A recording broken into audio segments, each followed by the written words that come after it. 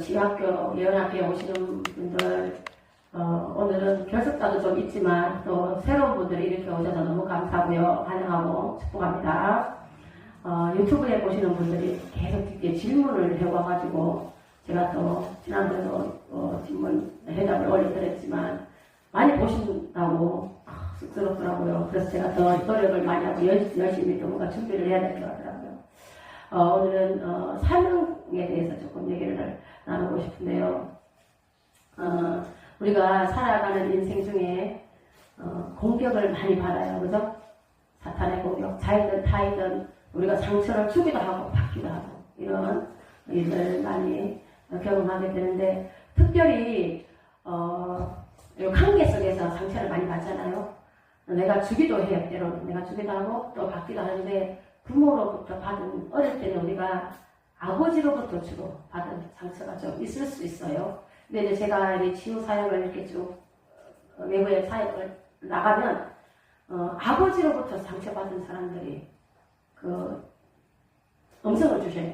그러니까 그 내적 음성으로 들려오면 이제 그분을 기도하다 보면 이렇게 몸을 만지면 아버지로부터 받은 상처가 있으십니다. 이렇게 얘기를 하면 우시는 분들이 들어 있어요. 오늘도 제가 잠깐 어떤 분 기도할 때 상처를 얘기하신 분 제가 있는데, 어쨌든 상처를 많이 주기도 하고 받기도 하고 그러게 우리 일상이에요. 이제 제가 오늘은 사탄의 공격에 대해서, 사탄이 어떤 사람을 공격하냐, 사탄이 어떤 사람이 또 같이 함께 동행하나, 이런 것들을 한번 또 다뤄보면 좋겠어요. 주로 우리가 크게 분류를 나누는데, 사탄의 공격받는 사람, 사명자를 사탄을 공격합니다. 사탄은 사명자를 미리 알아보고 산실에서부터 공격을 해요. 아주 어릴 때, 태어날 때부터 사탄이 공격을 받아요. 근데 이제 우리가 영적으로 깨어있어야 되겠죠. 어릴 때는 그걸 모르지만 점점 자라면서 사탄의 공격을 부모로부터 받게 돼요. 부모는 이 아이를 뭐 학대하거나 때리거나 이 아이를 해롭게 하려고 한 건 아니에요. 근데 어쨌든 그 아이는 계속 상처를 받게 돼요. 어떤 사람이, 예를 들어 어떤 사람이 있다면, 또 어떤 관계는 부부로 인해서 부부 사이에서도 상처를 많이 받게 돼요. 그런 관계도 있어요. 근데 어쨌든 우리가 이 사탄의 공격을 받는 사람은 사명을 가진 사람, 큰 사명자인 사람. 자, 여러분 지금 여러분 여기 몇 분, 한 20여 분 가까이 계시는데, 여러분 삶에 고난이 있거든. 너무나 엄청난 눈물 날 일이 있으시거든. 내가 혹시 하나님께 부름받은 사명자가 아닌가, 이 생각을 한번 해보시기 바랍니다. 꼭 그렇다는 건 아니에요. 다 그렇다는 건 아니에요. 내가 잘못을 해놓고 하나님께로 징계를 받는데도 내가 사탄의 공격인가, 내가 사명자인가, 이렇게 그런 얘기가 아니라, 내가 인생에 있어서 열심히 최선을 살아가고 있어요.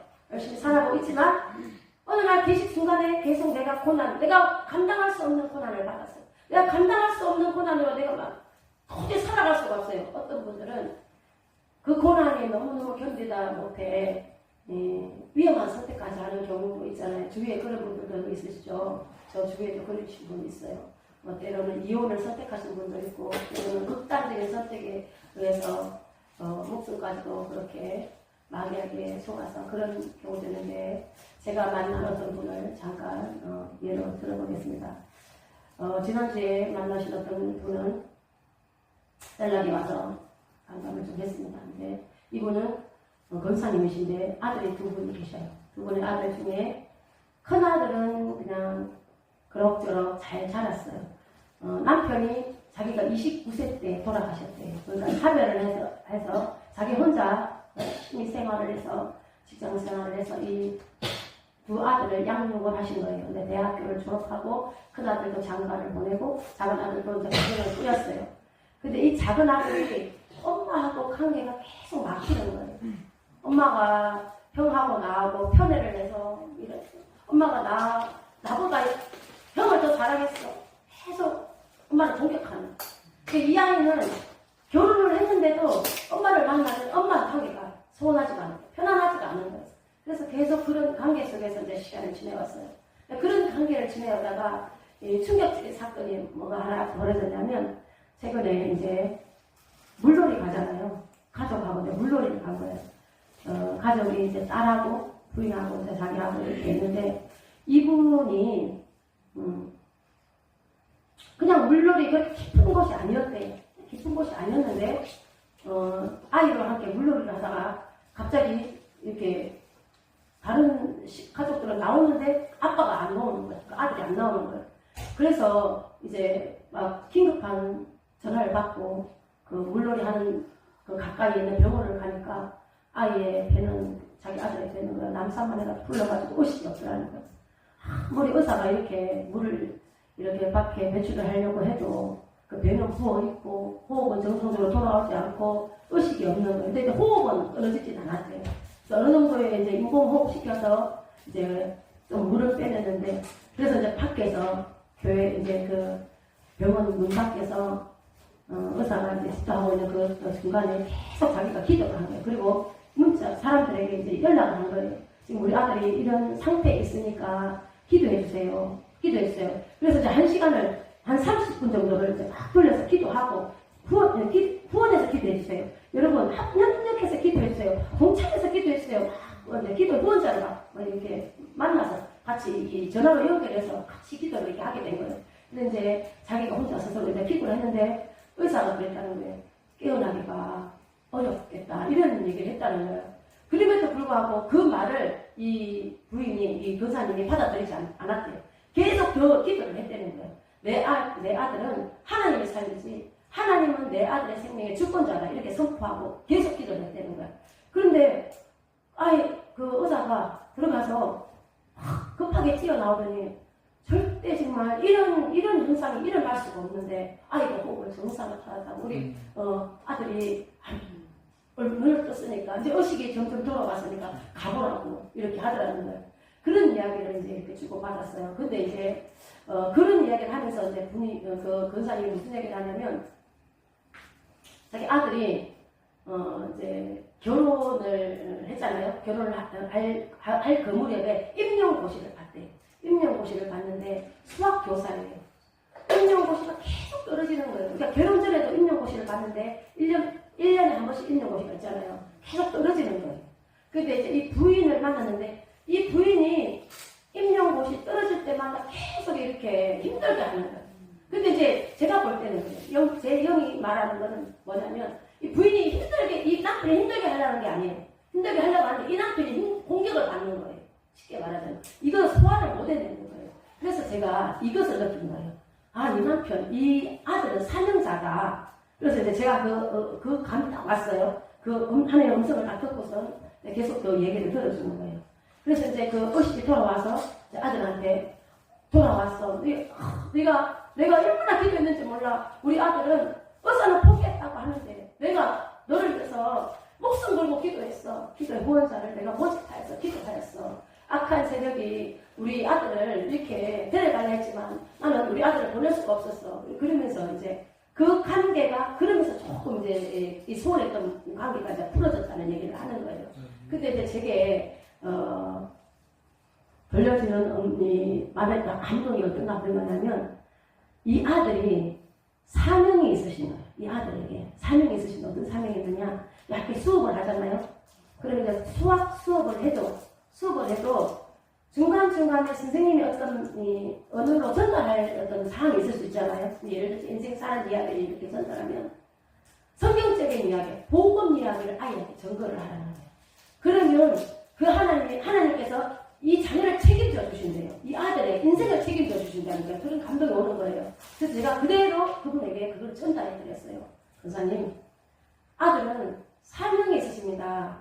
이 사명은 무엇이냐? 만나는 아이들마다 예수님의 말씀을 선포하는 것입니다. 근데 이제 학교에서는 종교 행위를 막 이렇게 선포하고 이렇게 끌어내서 하면 안 되잖아요. 그러니까 쉽게 말하면 돌려서 얘기할 수는 있잖아요. 너희들 인생에 있어서 신이 있단다, 신이라는 존재가 있단다, 이렇게 돌려서 얘기할 수 있잖아요.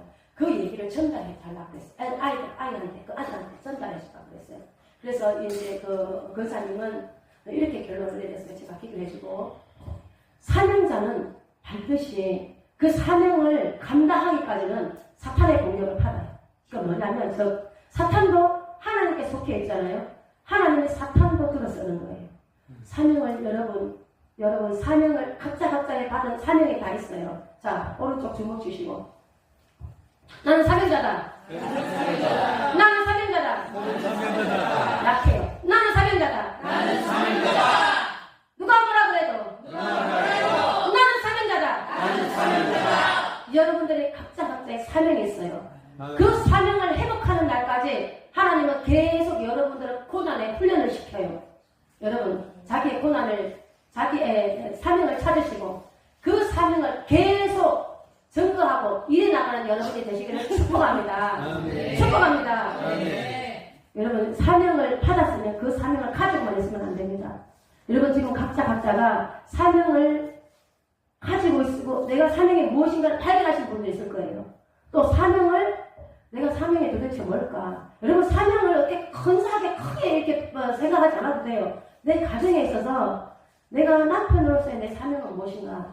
내가 부인으로서 사명은 무엇인가? 내가 교회에서, 내가 권사로서, 내가 집사로서, 내가 장로로서, 내가 목사로서 내가 부여된 하나님께서 나에게 부여된 사명은 무엇인가? 그 사명을 찾으시면 돼요. 처음에는 아주 큰 것을 찾는 게 아니에요. 아주 그냥 사소한 것. 네? 휴지 하나 줍는 것도 하나님의 사명이에요. 하나님의 일꾼으로 쓰임받는 것입니다. 여러분 어떤 일이 교회에 어떤 일이 보이면요. 그 보이는 사람이 그 일을 하는데요.